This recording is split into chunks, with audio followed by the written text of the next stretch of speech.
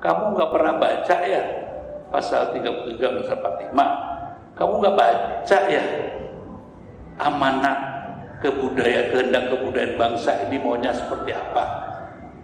Kan inginnya rakyat Indonesia itu sejahtera, cerdas dan seterusnya ya. Lah kalau di pemiskinan secara struktural dilakukan, mana bisa cerdas, mana bisa hak dasarnya aja bisa terpenuhi, tidak bisa Pak, kan gitu.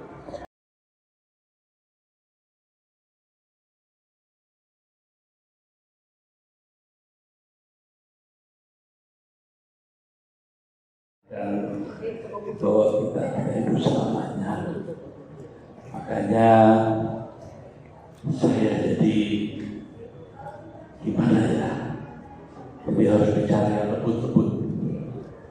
Padahal Indonesia sedang tidak baik-baik saja.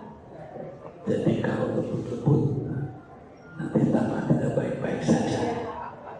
Jadi saya minta izin. Jadi begini, saya kesini sebelum saya awali ya tugas saya malam ini, karena yang memerintahkan saya itu Panglima yang namanya Canis. Kalau saya diperintahkan saya nggak berani nolak. Suruh pidato kebudayaan. Waduh, judulnya serem. Tapi untung kita semua lesehan, jadi santai aja. Sebelum saya mulai begini, kenapa saya pakai ini? Ini penting ya. Ini ada Pak Zaini, ada Mas Harun ya. Dia bilang tadi, Mas, gue kudu nganggu ini. Ini kopiah atau apa yang dipakai saya pakai ini karya dari keluarga Cakraningrat ya, di Madura. Kalau saya pakai malam ini merupakan ya, pernyataan saya, dukungan saya terhadap usaha teman-teman di Surabaya, di Madura untuk menjadikan Madura sebagai provinsi. Itu Pak ya, ini saya sudah nyatakan dan memang Madura layak untuk menjadi provinsi, dan teman-teman yang di Provinsi Jawa Timur saya rasa harus berbesar hati, dan saya salah satu yang mendukung usaha itu. Jadi begini teman-teman, judul yang diberikan saya ini kan pidato politik tentang kebudayaan. Saya ini kalau disuruh seperti ini gitu ya, saya ditanya, kebudayaan Indonesia itu apa sih gitu kan ya? Bentuknya, wujudnya kayak apa sih? Nah, kalau saya berusaha menjawab itu, nah ini jebakannya. Saya mencoba, alasan saya tidak menjawab itu secara langsung ya. Begini, karena luar biasa ya, yang namanya kalau saya harus cari rumusan tunggal tentang kebudayaan Indonesia, hati-hati, karena bisa jadi itu makna nanti jadinya penyempitan makna ya, arti dan peran itu sendiri gitu ya, dan bahkan mungkin pemiskinan bisa terjadi kalau saya mencoba mencari ya rumusan tunggal. Kenapa? Karena varian daripada yang namanya elemen-elemen yang bisa mewakili, merepresent kebudayaan Indonesia itu begitu luasnya, begitu lebarnya, begitu tingginya, sehingga saya mencoba menawarkan nanti pada akhirnya satu rumusan. Coba kita lihat ya, bayangkan aja seni budaya atau kebudayaan di satu lokal ya, daerah, taruhlah di ujung timur Indonesia dan di ujung barat Indonesia bertemu ya, itu pun satu menyatakan merepresent dirinya sebagai bagian dari kebudayaan Indonesia.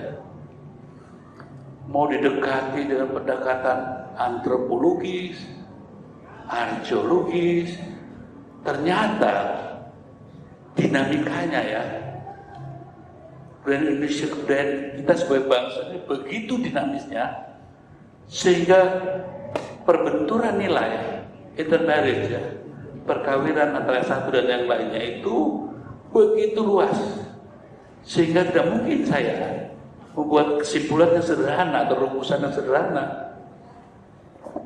Yang bisa saya tawarkan beginilah, kalau saya ditanya apa sih, saya yang bisa jawab begini. Ini penting ya, nanti kita bisa katanya diskusi ya, walaupun waktunya mepet. Gini, yang saya lebih sering pakai ya, sebetulnya apa? Kehendak kebudayaan Indonesia sebagai bangsa, kehendak kebudayaan itu bisa saya rumuskan. Apa yang bisa saya tawarkan? Satu, kalau bicara kehendak kebudayaan bangsa itu mau jadikan seperti apa sih Indonesia? Wujudnya nanti seperti apa? Bentuknya seperti apa sih Indonesia? Nah, makanya kehendak kebudayaan bangsa Indonesia itu saya ajak teman-teman untuk buka kembali preambul Undang-Undang Dasar 45. Ya. Dari situ kita bisa paham yang dikehendaki para pendiri republik kita itu Indonesia yang seperti apa sih? Ya itu, baca itu. Dengan membaca kita tahu, oh Indonesia itu ternyata inginnya menjadi seperti itu. Yang persis seperti yang tersurat dan tersirat ya di dalam mukadimah Undang-Undang Dasar 45. Nah, lalu sekarang saya benturkan ya. Yang sekarang ini gimana? Jadi segala sesuatunya itu harus ada pijakannya untuk menilai. Yang sekarang ini berjalan sesuai kehendak kebudayaan bangsanya atau tidak. Itu dengan mudah kita lihat dari situ. Kalau sekarang ini ya yang desainnya itu yang ada sekarang ini itu kan luar biasa kalau kita lihat ya, keamburadulan ya. Memang perbenturan nilai itu disahkan, diperbolehkan. Tapi kalau perbenturan yang tanpa arah itu yang tidak dikehendaki. Begitu juga apakah kita anti nilai-nilai asing? Enggak kok. Selama dia memperkokoh ya Indonesia sebagai bangsa menuju kehendak kebudayaannya. Kalau enggak ini. Nah, sekarang kita gampang aja. Gimana hari ini? Kan itu ya. Loh, apakah yang sekarang ini, kalau saya ini Mas Anies, mohon maaf ya, ini bukan masalah gak ada hubungannya sama politik ya. Tapi tidak mungkin tidak kita harus melihat dari untuk jadikan visual analisis ya, boleh kan? Ini kalau yang hari ini apa ya perilaku atau penyelenggara negara yang cenderung mafioso sentris ini ada nggak tuh di Undang-Undang Dasar 45 pembukaannya? Nggak ada kan?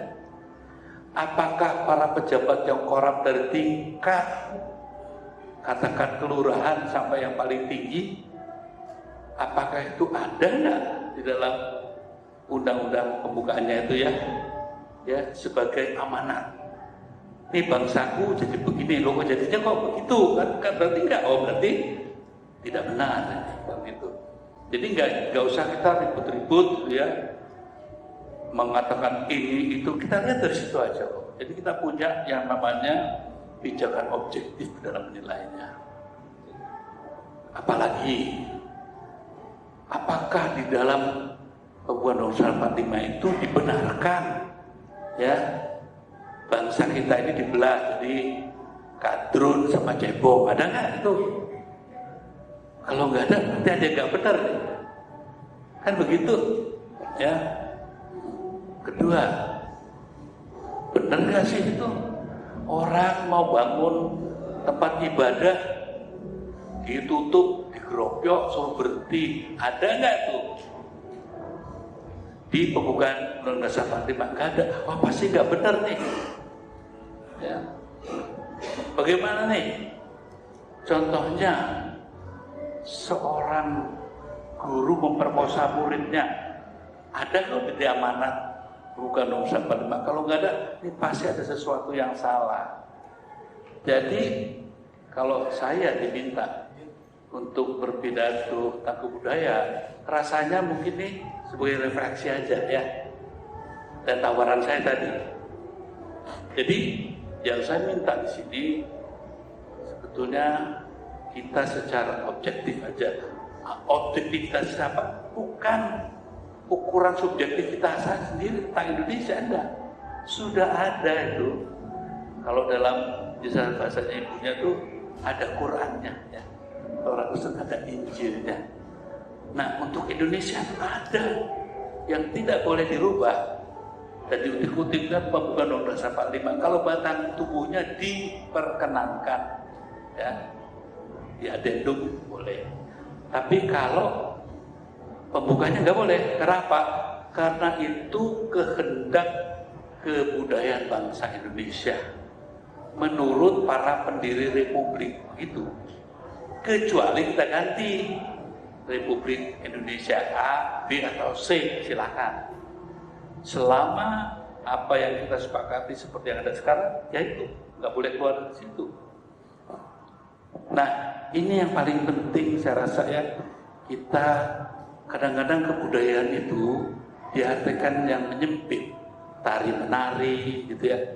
Apa itu? Nyanyi menyanyi dan seterusnya. Bhinneka Tunggal Ika juga diterjemahkan secara simplistik. Yang penting 17 Agustan, dandan kayak ondel-ondel semua, gitu ya. Terus nari-nari di istana untuk mengatakan ini loh Bhinneka Tunggal Ika kita.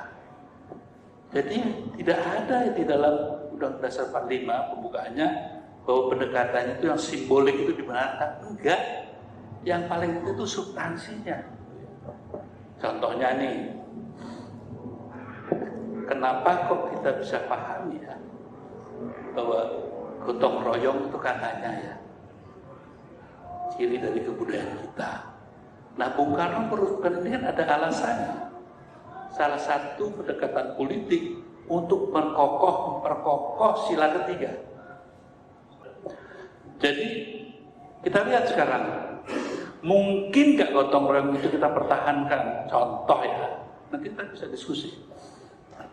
Dari sistem ini kan dekat pemilu ya, bagaimana mau gotong royong di satu partai aja itu kebu-kebuan, sikut-sikutan. Contohnya caleg nomor 1 sampai nomor 10 di partai sendiri ya, itu tikem-tikeman itu, saling intip, gak mungkin bergotong royong memenangkan kebersamaan, gak bisa memenangkan tujuan bersama, gak bisa. Kenapa? Di dalam situ ditawarkan benih yang namanya individualisme ya, yang dikelola dalam kerangka liberalisme. Semakin kacau kan, jadi sikut-sikutan, tendang-tendangan di dalam kerangka yang namanya pemilu. Ya apa tuh ini? Sabar, enggak.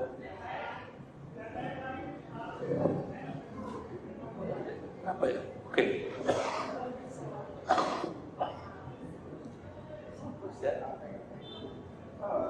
Ada ya? Mati enggak. Oke. Saya ulangi lagi.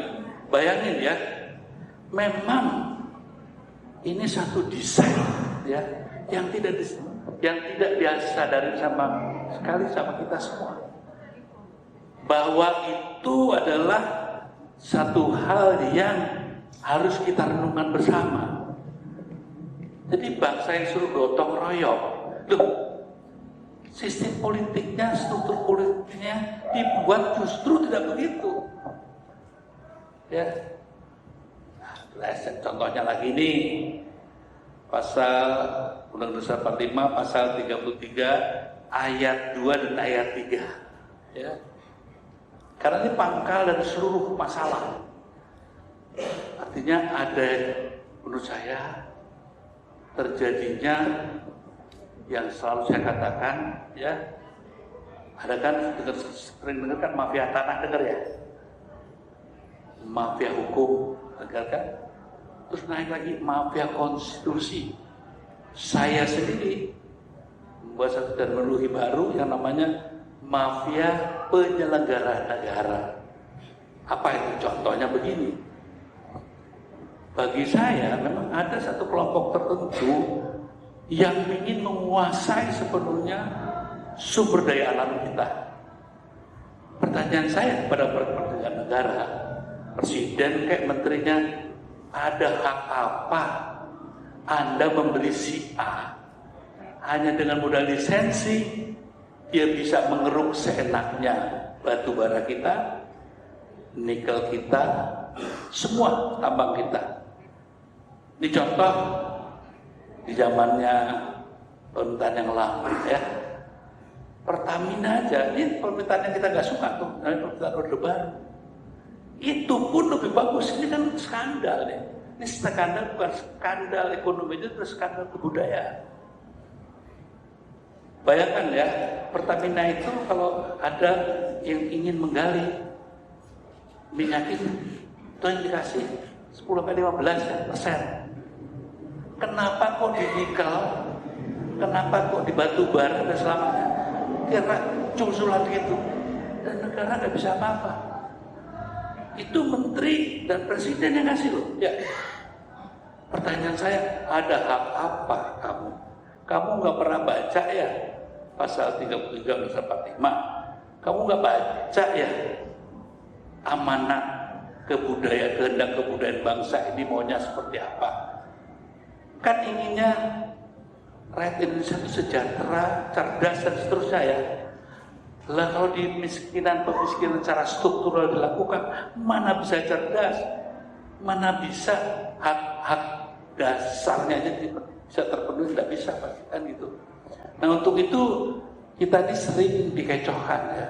Makanya menurut saya keadaan kita sekarang ini bukan lagi sudah masalah politik, yang kita lihat bukan masalah ekonomi, tapi sudah masuk ke ranah masalah kebudayaan, dekadensi moral. Ini dekadensi kebangsaan, ketatanegaraan. Ini sudah masuk ke ranah kebudayaan, tragedi kebudayaan yang sangat mendasar. Jadi menurut saya, mari kita renungan bersama ya. Kita kembalikan lagi kebudayaan pada fungsinya. Itu ya tawaran saya. Jadi jangan dipersempit. Kebudayaan itu selalu bilang kan, coba ya organisasi ya, kalau lagi bikin juga, Siki bisa main band, kalau bisa baca deklamasi, sering main teater, maka dia menjadi ketua bidang kebudayaan, gitu kan ya. Jadi ya begitulah. Ini kan kesalahpahaman sengaja. Karena apa? Memang sejak dulu dibuat demikian rupa. Karena apa? Kalau mau hancurkan sebuah bangsa gampang kok. Hancurkan aja kebudayaannya. Maka hancurlah bangsa itu. Ya. Sama juga menyalahpahami peran dan fungsi kebudayaan itu bagian awal dari upaya menghancurkan kebudayaan itu sendiri. Karena banyak yang salah paham tentang kebudayaan. Nah kalau udah salah paham, berkembang di paham yang salah nantinya. Itu yang terjadi sekarang. Nah kalau saya bicara begini, wah Pak Seraso kayaknya oposisi ya sama Pak Jokowi. Loh saya ini pendukungnya Pak Jokowi, ngeman. Karena yang sebelah-sebelahnya gak jelas semua. Ya. Ngeman karena apa? Karena sebetulnya diawali dengan ketidakpahaman para penyelenggara ini pada yang saya sebut tadi, kehendak kebudayaan kita sebagai bangsa. Kehendaknya para pendiri publik itu nggak kayak gini, nggak kayak begini. Saya jamin nggak kayak begini. Ya toh, apa politik dinasti contohnya, nggak ada itu, tidak diamanatkan. Makanya gerakan kebudayaan sebetulnya gerakan penyadaran untuk kembali ke hitam diri kita sebagai bangsa, yakni sebagaimana diamatkan oleh kehendak kebudayaannya. Jadi kehendak kebudayaan itu merupakan kompas ya, kemana bangsa ini harus dibawa dan harus seperti apa dia jadinya. Nah itu yang menurut saya, yang saya istilahkan kehendak kebudayaan. Jadi kalau ada yang nanya saya apa itu definisi kebudayaan, nanti malah mempersempit kalau saya berani jawab ya. Yang saya tawarkan sebatas hanya kehendak kebudayaan kita sebagai bangsa seperti apa. Nah, jadi ini kira-kira awal diskusi kita ya. Jadi sebetulnya ini kebudayaan yang sangat mendasar itu ya kebudayaan. Politik itu harus bisa menerjemahkan kehendak kebudayaan. Ekonomi harus bisa menerjemahkan kehendak kebudayaan kita sebagai bangsa. Bukan dibalik. Sekarang ini kan politik mendesain kebudayaan. Ekonomi mendesain kebudayaan jadi rusak kayak begini. Nah, terakhir saya tutup begini. Kita sudah mencoba dunia melalui pendekatan politik sebagai panglima. Gugur kan ya? Tembok Berlin runtuh, selesai. Sekarang ditawarkan ekonomi ya. Rasa-rasanya kok kecenderungan gagalnya udah kelihatan ya. Disparasi antara kaya miskin malah melebar. Gak bener ini. Ditunjang lagi dengan hukum sebagai panglima di Indonesia. Gagal juga. Karena kehidupan berkonstitusi itu sekarang ini kan gini. Konstitusinya sudah dikooptasi sama kaum oligar. Jadi kalau kita kehidupan berkonstitusi artinya apa? Mengikuti kehendak para oligar. Contohnya, mana ada sih orang miskin menang di pengadilan? Nggak ada. Jadi kalau kita berhidup konstitusi, terjadinya apa? Karena penegak hukum, menegakkan hukum, rakyat yang kehilangan ayam lapor polisi, ya, malah kehilangan sepeda, ya, yang lapor kehilangan sepeda, yang hilang malah mobilnya. Ada keadaan seperti ini, menurut saya sudah masuk ke ranah masalah yang sangat substansial, bukan masalah politik lagi, bukan masalah ekonomi lagi yang dihadapi bangsa ini. Ini sudah masuk ke tulang sumsumnya bangsa ini, yakni kebudayaan. Jadi kualitas kebudayaan kita sebagai bangsa memang sedang tidak baik-baik saja. Tawaran saya, ayo kita suarakan. Ini saatnya kita tawarkan kepada bangsa ini melalui pembangunan melalui jendela kebudayaan. Tidak lagi melalui jendela politik, tidak lagi melalui jendela hukum, ekonomi maupun hukum, tapi jendela kebudayaan. Kebudayaan harus menjadi panglima karena politik, hukum, dan ekonomi hanya anak buahnya, jangan dibalik. Itu yang tawaran saya pada malam ini. Jadi monggo nanti kita berdiskusi. Jadi hantaran saya untuk sementara cukup segitu saja. Billahi taufiq. Wassalamualaikum warahmatullahi wabarakatuh. Waalaikumsalam warahmatullahi wabarakatuh.